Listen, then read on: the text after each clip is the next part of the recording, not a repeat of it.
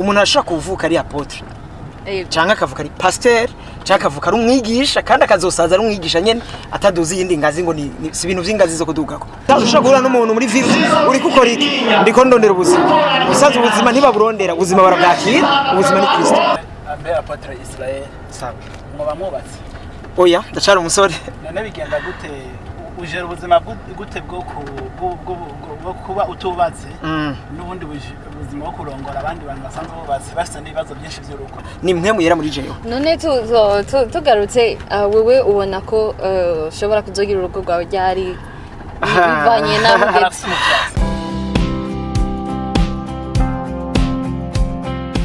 Miro TV 257 Icirore 25 igiharuro cerekana igihugu cy'u Burundi.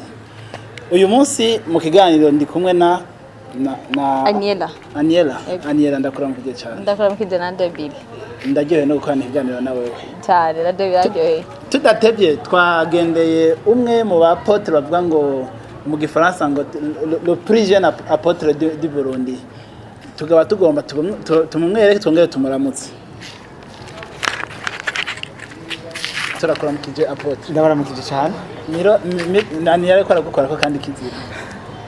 narayibaza Nuzi ko hariho ingwara iheruka gutera kugira twubahirize amabanga ni amategeko ya leta n'isuku n'ubutungane bw'amagara y'abantu batubuza gukora nako n'ibindi birenganya. Ariko tugarutse mu gakiza naho tuvuga ko muri Yesu nta ngwara zihari. Ndizera yuko agakiza garatuma tudakurikiza amategeko y'isuku.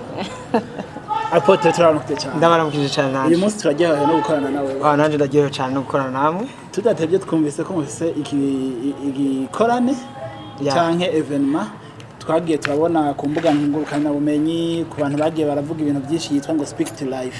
ni we speak life event mu kirundi ni tuvuga ubuzima. We Speak Life event. We Speak Life event uracumba ico kintu? Yego. Mu majambo make We Speak Life event ni mu majambo make We Speak Life event ni nababwiye ko ari tuvuga ubuzima mu kirundi mvuze tuvuga ubuzima no kuvuga ngo tuvuga Kristo. Kubyo wanje ndumva ko ari byinshi tuzakumva biciye muri evenement yateguye ni ibintu bidasanzwe cyane. Sije mbona harageze ko ntangura kubyumviriza. Ni ibintu bidakuba biryoshye cyane. Kumbure no mu vy'Imana n'abadona. Ikirore cyacu ni Israel nabaza kubera ikirore. Kubera abandi. Reka tubandanye urugendo murakoze cyane.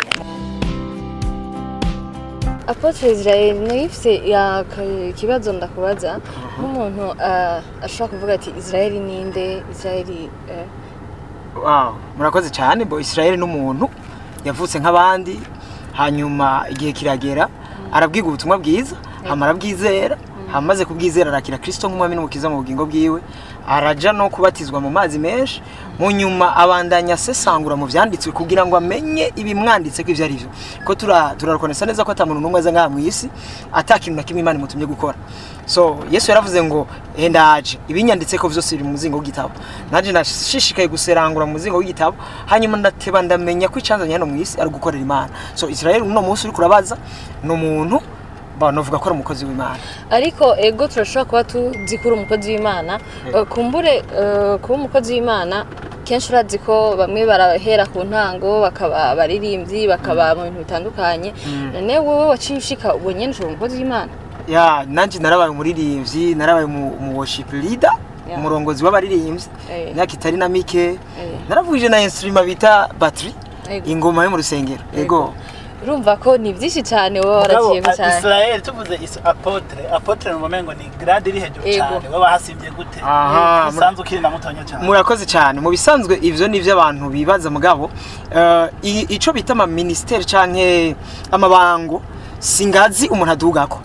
None ikintu Bibiliya iravuga neza mu banyefeso ngo bamwe yabahaye intumwa bamwe yabahaye kuba intumwa abandi yabahaye kuba bigisha abandi yabahaye kuba abungereye abandi abavugishwa. Donc singazi zo kuva ngo ahera kumwigisha ngo hanyuma akaduga akaba pastori hanyuma ngo amaze kuduga ngo agaca ba apotre. No umuntu ashaka kuvuka ari apotre cyangwa akavuka ari pasteur cyangwa akavuka ari umwigisha kandi akazosaza ari umwigisha nyene ataduzi yindi ngazi ngo ni si ibintu vy'ingazi zo kudugako.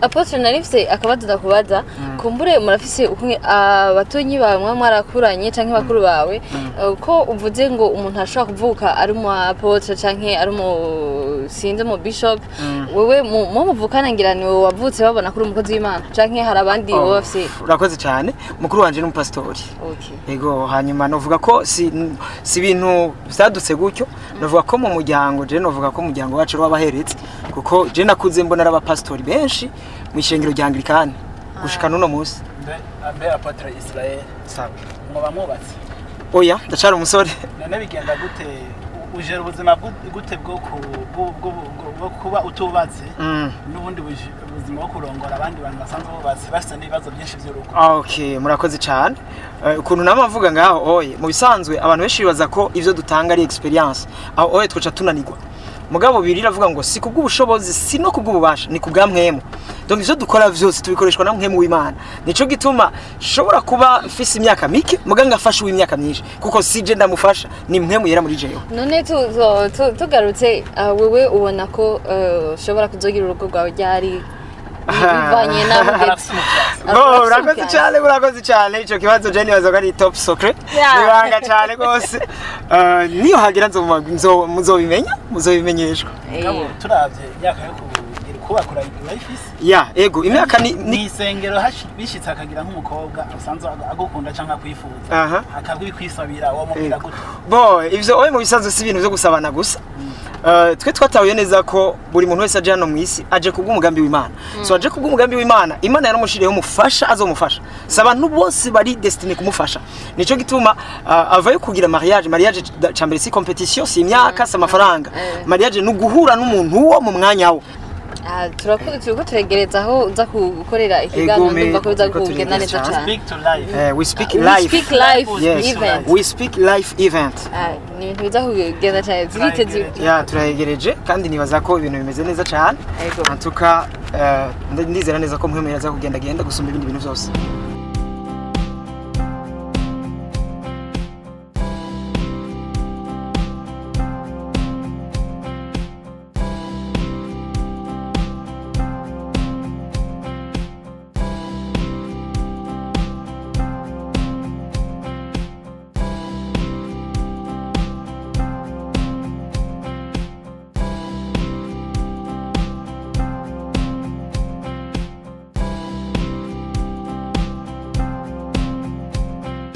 Israel tuguma tukubaza woshobora kutubwira ubuzima bwawe na Eglise ubuzima bwanje na Eglise novuga ko ari ubuzima bumwe kuko maze guhamagagwa ntushobora kuntandukanya jewe n'umuhamagaro mu bisanzwe jewe naje gukora umuhamagaro w'Imana hano ku isi donc ubuzima bwanje na Eglise birafatanye novuga ko bifatanye tugarutse mu evenement wateguye turazi ko bigoye ushobora gutegura igikorwa guhera ku ntango n'izihe ntambamye muhura nazo iyo muyumvire gukora igikorwa cy'Imana nk'iki kugira abantu igikorwa nk'iki wahuye n'ibihe ibibazo duhura navyo kenshi twe tumaze Eglise yacu imaze apepure kwimara umwaka n'inusu bisanzwe haba hari ibintu byinshi tutarashikako si tubijanye n'uburyo bw'ama instruments sonorisation imeze neza donc bica bidusaba ko gukota naho hari igihe bisaba amafaranga hanyuma amafaranga nayo murazi nyine ko ari ikintu kitoroshe cyane turavye abantu bagize Eglise yawe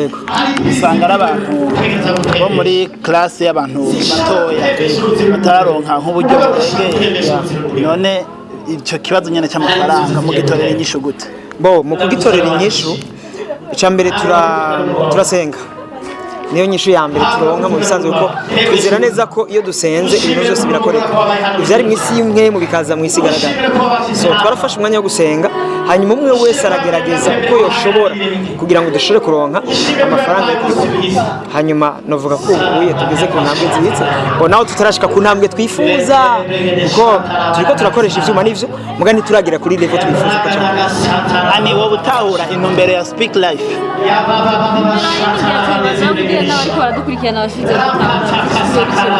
murakoze intumbero ya Speak Life no gushimira Imana kubw'ubuzima bw'umwuzuzo Imana yatanze iciye muri Kristo Yesu nico gituma nababwiye ngo donc iyo tuvuze we speak life it means we speak Jesus we speak Christ tuvuze ngo tuvuga ubuzima ni tuvuga Kristo tuvuga Yesu none kubera iki we speak life Kristo bihuriye he? ya Yesu yaravuze ngo ni jewe nzira n'ukuri n'ubugingo ntawe ushika kuri data ntamujanye. Hama Yesu niwe buzima bw'ukuri. Ubusanzwe abantu baratigita ushaka guhura n'umuntu muri ville uri gukora iki ndiko ndondera ubuzima. Ubusanzwe ubuzima ntibaburondera, ubuzima barabwakira, ubuzima ni Kristo. Ni speak life ni edition ya gatatu ya kabiri. Edition ya mbere warayigiye oya kumurengera ntitworohewe kugira uravye itandukaniro hagati ya edition ya mbere na edition ya kabiri ubona hari itandukaniro hari iciyongereye ko gusumba ikindi. Itandukaniro rihari nuko edition ya mbere twayikoze tumaze apepera amezi 7 dutanguye, so abantu ntibari bazi ko abantu ukuntu bameze, bararindira gukora ikintu kugira ngo bakijije ko ari ciza cyangwa ari ciza cyane cyangwa ari kibindi bazogaruka.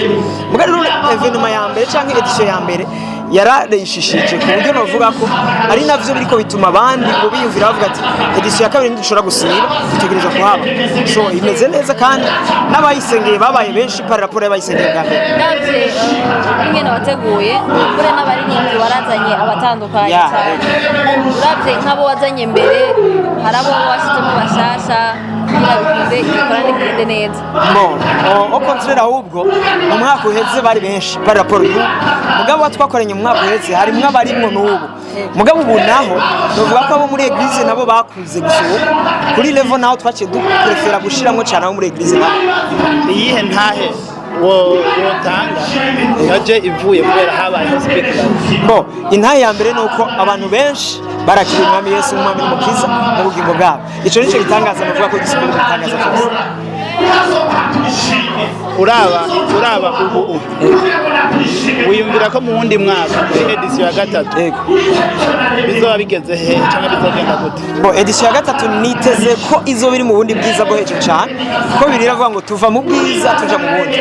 Nitwiteze kumanuka cyane kuguma, ahubwo twiteze kuzoba turi mu bundi bwiza bwo hejuru cyane. Hani ubona gute? Ndashaka kuvuga ati abantu badukurikirana bavuga nimba bari hafi barushize ku twegera umukozi w'Imana Apotre Israel akiri mutonya, barushize gutahura byinshi biciye yamenye byinshi akiri mutonya. Nibaza ko ari ibintu byinshi yo ni kimwe mu kirore twirabamo cyangwa gishobora kugira n'abandi ko ikirore twe tuza kugiha Israel hamwe nawe abenshi babandi. Reka rero twinjire turabe ingene bimeze. Merci beaucoup.